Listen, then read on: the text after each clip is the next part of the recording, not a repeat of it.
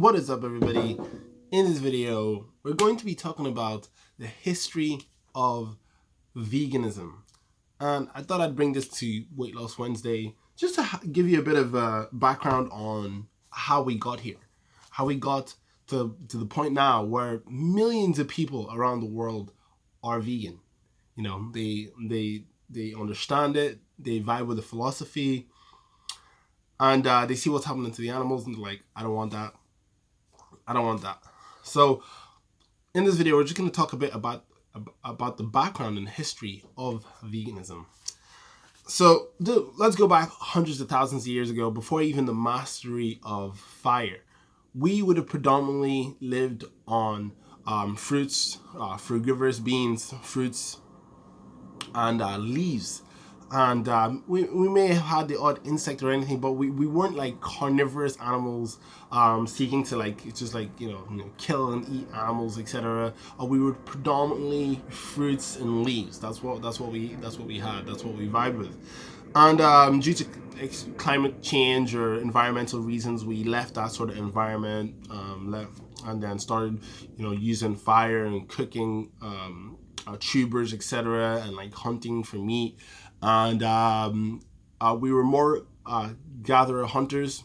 Sometimes people like to emphasize the hunting part. We were hunters, but we emphasized more gathering because it was more reliable, more sustainable.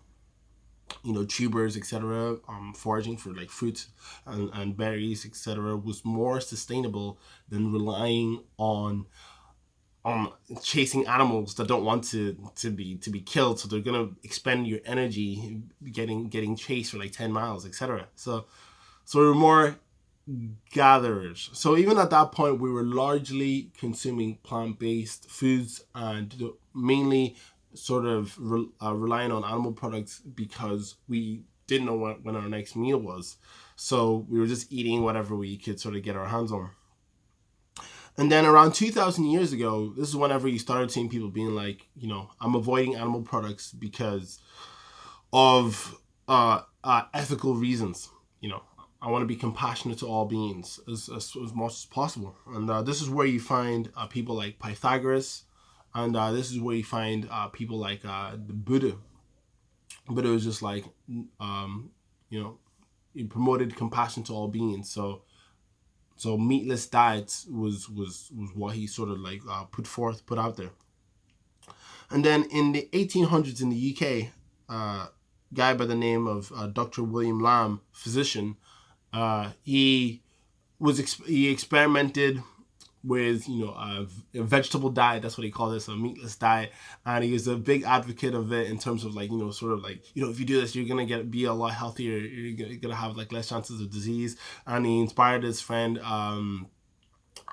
Shelley to sort of get on board, and they were like promoting meatless diets and stuff like that during that period of time. It wasn't a popular opinion back then either. I mean, it's more popular now, but even today, there's still people who are like they're like, oh, you're doing a vegan thing, oh god.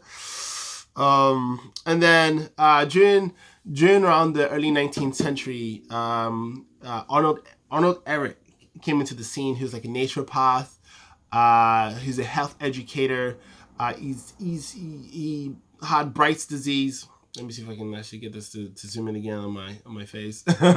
Okay, so he had Bright's disease, and he fasted.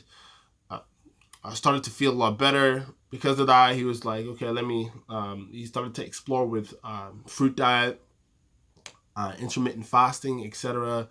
And from there, he developed a sanitarium where he would basically promote a mucusless diet healing system, which is basically transitioning people from mucus and pus forming foods to a mucusless diet. A diet consisting of like raw and cooked and non-starchy vegetables, fruits, etc. And it's actually a combination of basically plant-based meals, but it's not just that, because it's a transitional system. So you're moving from mucus and pus-forming foods to mucusless foods. And he healed hundreds of people in his sanitarium. promoting a plant-based, intermittent fasting, high fruit sort of lifestyle, to the point where Albert Einstein visited one of his sanitarium, and because of what he done, he inspired a lot of our sort of health advocates today. The Dr. Robert Morses, the Dr. Sebi. Dr. Sebi was really inspired by the works of Arnold Ehret, and I believe Arnold Ehret inspired some of the just some of the big health proponents you see today, and if not directly, indirectly, by inspiring the people that inspired the main health advocates in the plant-based movement. And in 1944, Donald Watson, who's an animal rights activist, he came up with the term vegan, and he wrote it as a philosophy and way of life that excludes as far as possible and practical the all forms of exploitation and cruelty to animals for food, clothing, or any other purposes. And that's important to mention, because whenever you look at that term, you could be someone who eats a plant-based lifestyle, so there's no animal products in your food. But if you aren't really caring about, like, oh, I'm gonna buy fur, or oh, I'm gonna buy leather, or oh, I'm gonna go to this dog fighting thing because I really like seeing animals, fight and brutally eat each other. It's not really a vegan ethos. You're eating a plant-based lifestyle because it's healthy, etc. But whenever it comes to a vegan ethos, you're seeking to make a committed stand against animal cruelty in all forms as much as possible. That's why you'll never see me buying leather. Never. I'll never buy fur. I'll never intentionally buy or engage in things that are causing animals suffering intentionally. I may do it by accident, and there are vegans who accidentally get into things. They're like, oh God, I didn't know that was actually causing animals suffering. And then they sort of never do it again, but never intentionally. So you have that terminology in 1944, and then you have what we have today, where so many people are doing it. Millions of people are doing it. There's a lot of athletes doing it. Serena and Venus Williams. You got the runner Scott Jurek. You've got the weightlifter, powerlifter, Patrick Baboom. I think that's how you pronounce his name. You got Lewis Hamilton. You got Clinton over here. You got musicians. I think Drake is doing it. I don't know. I think I saw him excluding meat or something like that. Will.i.am is doing it now. So there's so many people doing it now, and especially with this pandemic.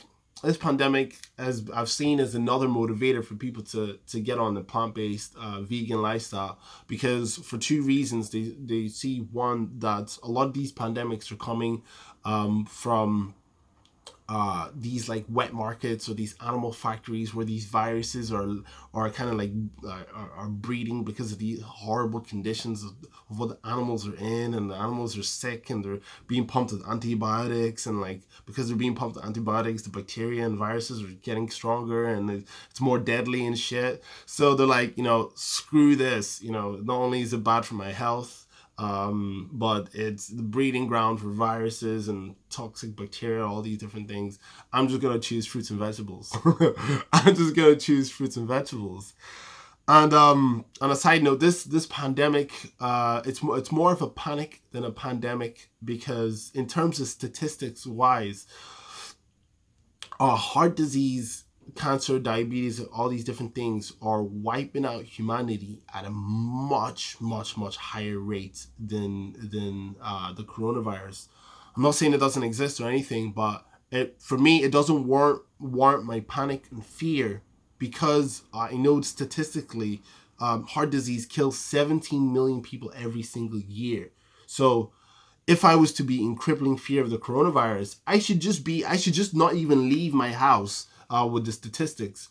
of heart disease or cancers and strokes. They should be shutting down all the things in relation that promotes that and causes that, but they're not. So statistically, I'm quite confused with the whole panic.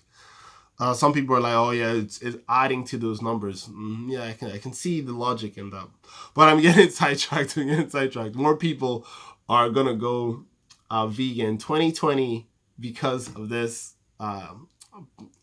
panic epidemic sort of business that's going on, because they see it's healthier for them, it's anti-inflammatory, it's more ethical because all these wet markets, so these animal factories.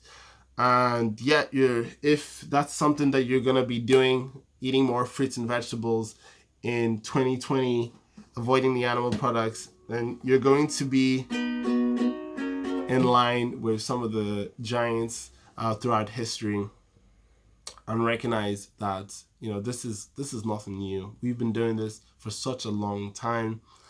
And yeah, by coming on board to the lifestyle, you're gonna feel great and you're gonna do great for the planet. So with that being said, thank you very much for watching this video. Hit the like and subscribe button, hit the notification bell if you want to see more videos. Peace, love, veganism. Like and subscribe. I'm out.